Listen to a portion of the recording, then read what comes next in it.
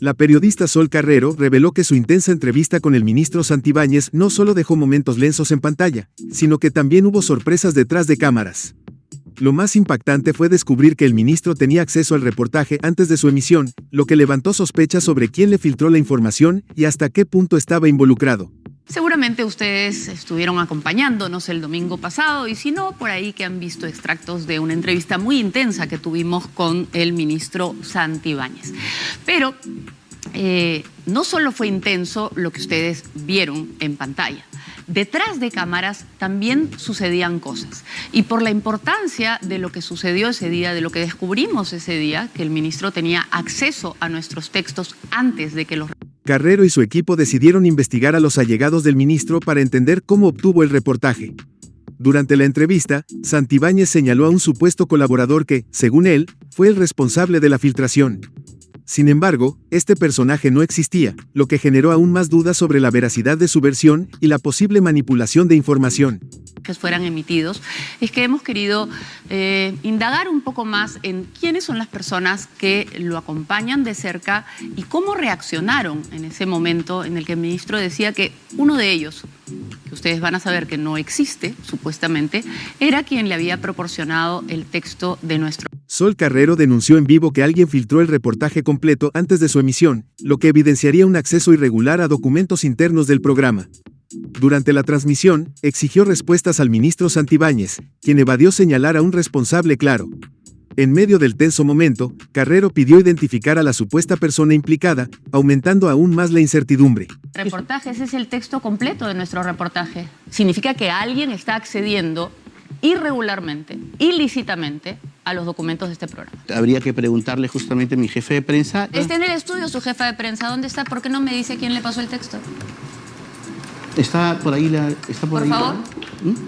¿Dónde está? ¿La señorita no cómo se llama? Carla. El equipo que acompañó al ministro Santibáñez a la entrevista en Cuarto Poder generó más dudas que certezas. Entre ellos estaban su jefe de asesores, Eric Caso Giraldo, y la directora de comunicaciones del Ministerio del Interior. La polémica creció cuando se recordó que 2 testigos protegidos lo habían vinculado con el cobro de sobornos para manipular procesos judiciales antes de ser ministro. Frente al ministro Santibáñez, a la entrevista en Cuarto Poder, el reportaje en el que 2 testigos protegidos lo mencionan en el cobro de sobornos para manipular procesos judiciales antes de ser ministro ya había sido emitido. Con el reloj marcando las 9:27 de la noche, el ambiente estaba tenso.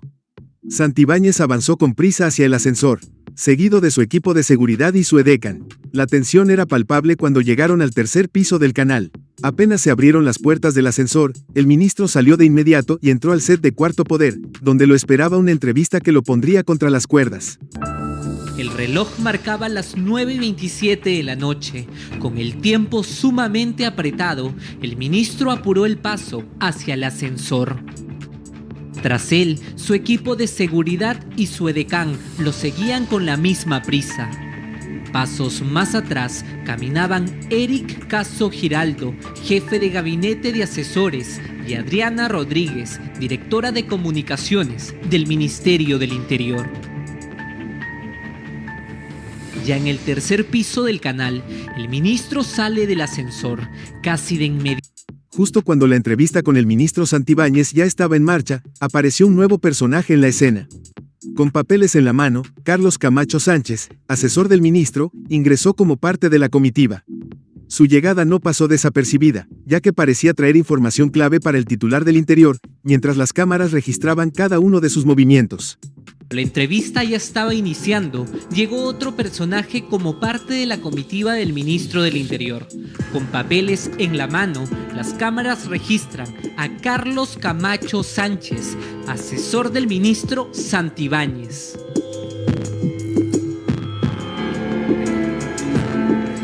Detrás de cámaras, el círculo más cercano del ministro seguía atentamente la entrevista. Entre ellos estaban Eric Caso, Adriana Rodríguez y el propio Carlos Camacho, quien se mostraba inquieto, caminando de un lado a otro mientras hablaba por teléfono.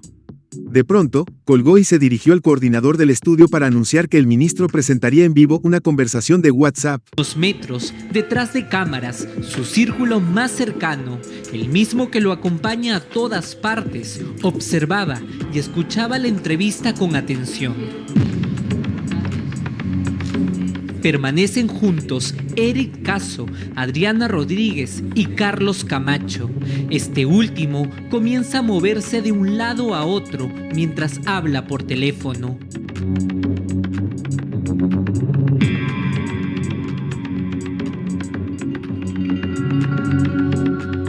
Cuelga.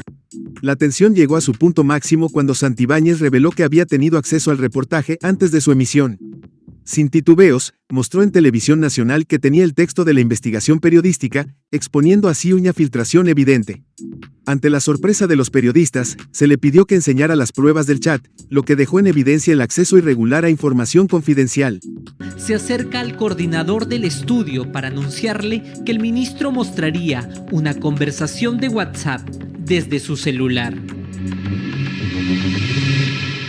Es una información que justamente me transmitieron y en base a eso pude yo advertir más o menos cuál iba a ser el tenor en este caso de esta entrevista. Perdónenme que me detenga ahí un momento. Nosotros no compartimos nuestros reportajes.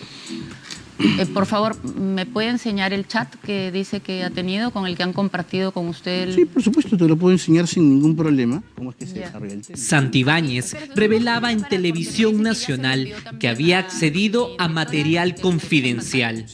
Sin tapujos, el ministro mostraba al Perú y al mundo que él había accedido al texto de una investigación periodística. Detrás de cámaras, el equipo del ministro observaba con incredulidad lo que ocurría en vivo.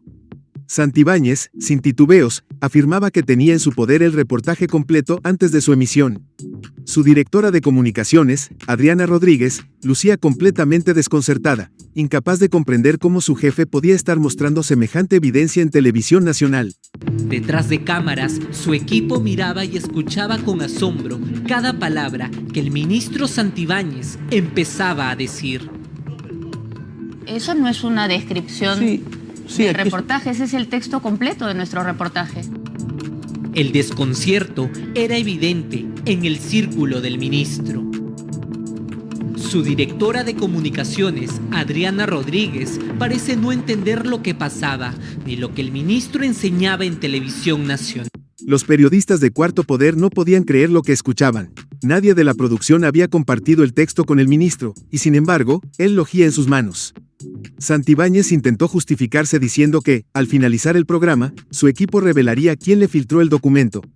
Mientras tanto, sus asesores Carlos Camacho y Eric Caso intercambiaban miradas y murmuraban preocupados. Nadie de Cuarto Poder ha compartido ese texto con usted. No, en lo absoluto, porque en todo caso, si gustas, terminando el reportaje, le digo a mi DIRCOM quién es la persona que ha compartido. Sí, en todo caso, el texto te lo puedo informar sin ningún problema. Mientras Eric Caso, el jefe del gabinete, y Carlos Camacho, el asesor, murmuraban entre ellos, Adriana Rodríguez, con evidente tensión, escribía en su celular sin apartar la vista de la pantalla. Algo andaba muy mal, sus gestos reflejaban confusión y nerviosismo, mientras en el estudio la presión aumentaba.